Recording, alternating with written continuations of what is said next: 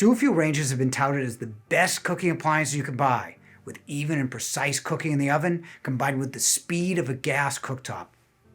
But is it really? In this video, you'll learn the 5 reasons why you shouldn't buy a dual fuel range. And at the end, I'll show you the instance where you almost have to. Electric is a drier, more even heat that's better for baking. However, if you like to roast, then the moist heat of gas is better, like my mom's pot roast when I was a kid. To be honest, I don't like pot roast, but it was never dry because of our old caloric brand gas range.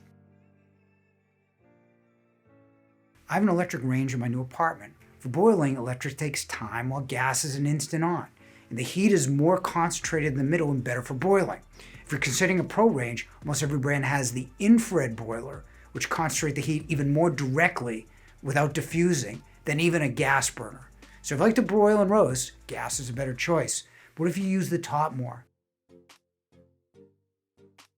Gas is instant and far more responsive than electric, with the element heating the glass and the glass heating the pan.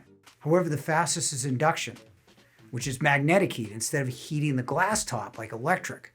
Induction excites the metal molecules in the pan, so the pan cooks the food bypassing the glass, making it the fastest burner you can buy. It's also better on the simmer because you have an instant simmer while gas will extinguish itself at the lower temperatures.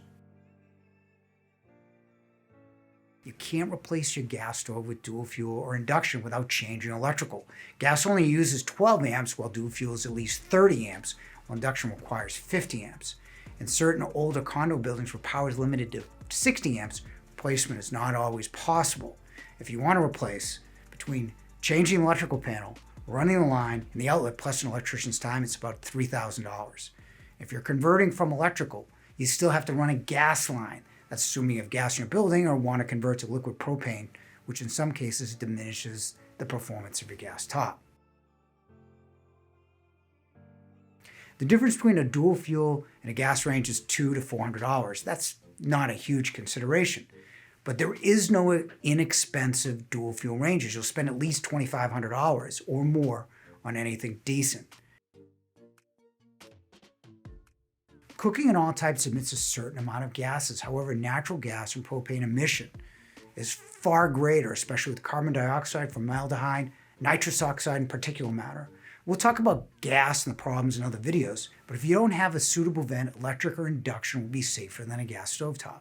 Now, assuming you can vent, here's the one instance where a dual fuel range may be better. For whatever reason, brands like Wolf, Thermador, and Miele have more features in dual fuel than all gas. It's a completely different range. In Wolf, the max output on burners and all gas is 15,000 versus 20,000 in dual fuel. The dual fuel model also features the new blower convection system, Wi-Fi compatibility, and their Wolf Gourmet. Miele has their MasterStuff touch controls on their dual fuel only, which is like the Wolf Gourmet, but they also add steam functionality. Speaking of steam, Thermador's larger dual fuel ranges offer full steam ovens.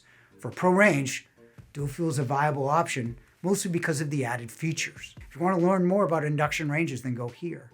For gas, click this link, and thanks for watching.